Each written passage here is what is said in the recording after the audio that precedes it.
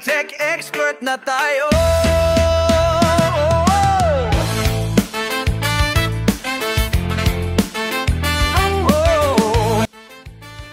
Welcome back sa ating channel.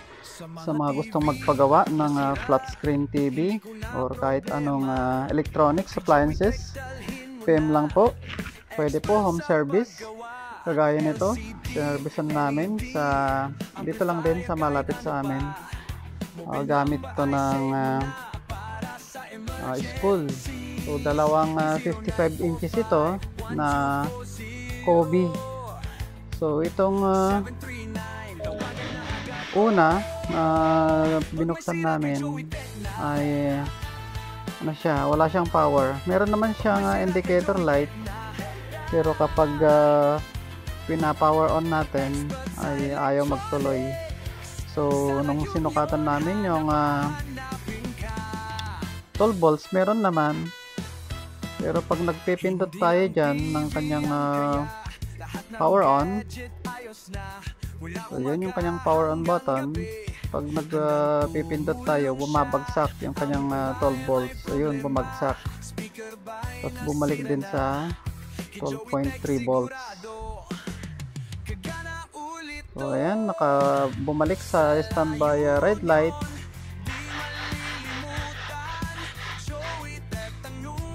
Tanggalin natin yung AC, tapos ulitin natin na i-power on.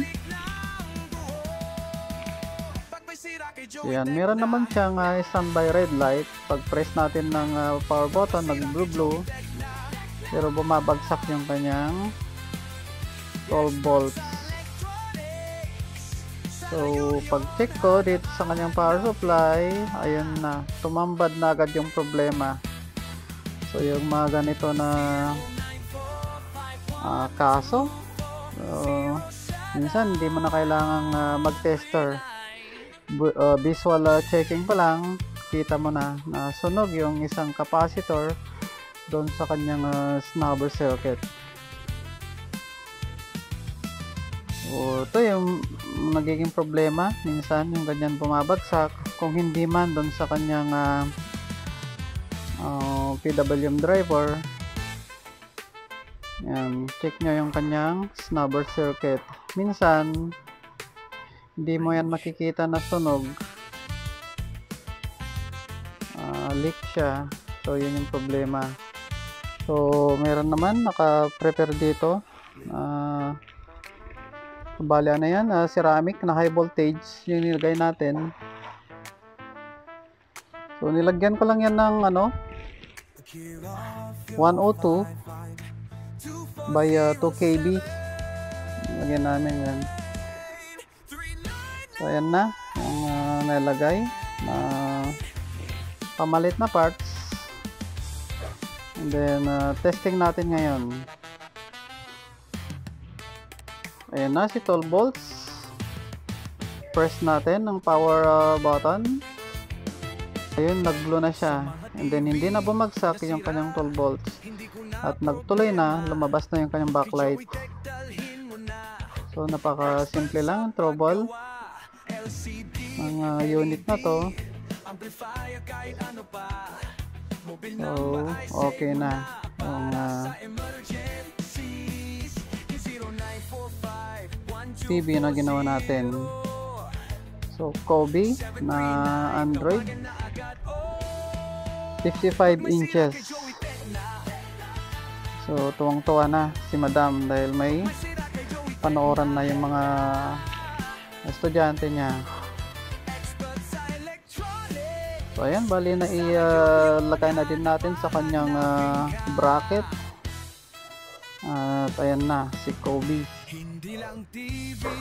Bali kasama ko dyan yung kapatid ko na nag-service.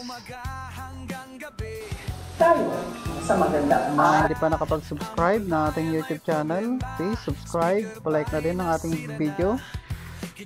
So ito naman yung pangalawa, Kobe din, pero ano to, basic ano na lang to, basic LED TV. So same lang din na 55 inches. So, yung problema naman nito, meron siyang power, may backlight, pero wala siyang display. Pag power on mo nito, ilalabas naman yung Kobe saglit. Ayun na, mag-fade na.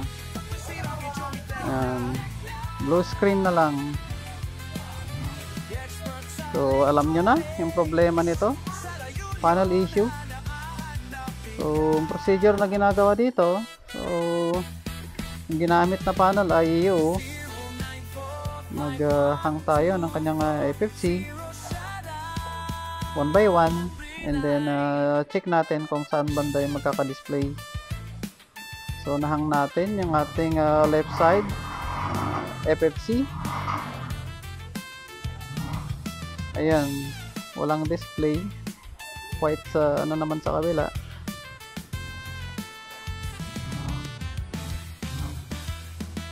Next step, ibabalik natin yung hinang natin na left FFC. Sunod naman nating ihang yung ating right FFC, and then power on natin.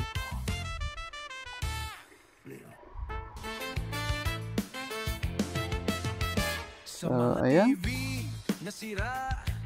Paghang natin ng ating right FFC, and then pag power on,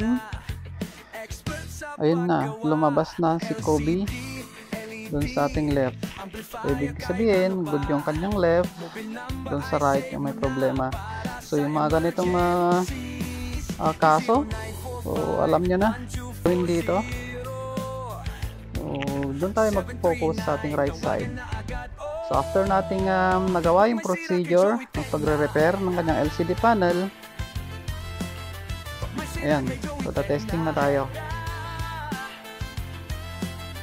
So, hindi tayo, mga bro, hindi tayo makapag-video palagi. Sobrang busy, at saka kuminsan, nakakaya din sa mga customer ng video. Kaya, hindi natin nabibidyoan lahat ng mga gawa natin. So, ayan na, buo na yung display ni Kobe. Tatapos natin siyang i-repair yung kanyang LCD panel. Kaya dun sa mga gustong magpagawa dito, La Union area, PM lang po, pwede home service, free check up. Ayan, okay na ang ating ginawa.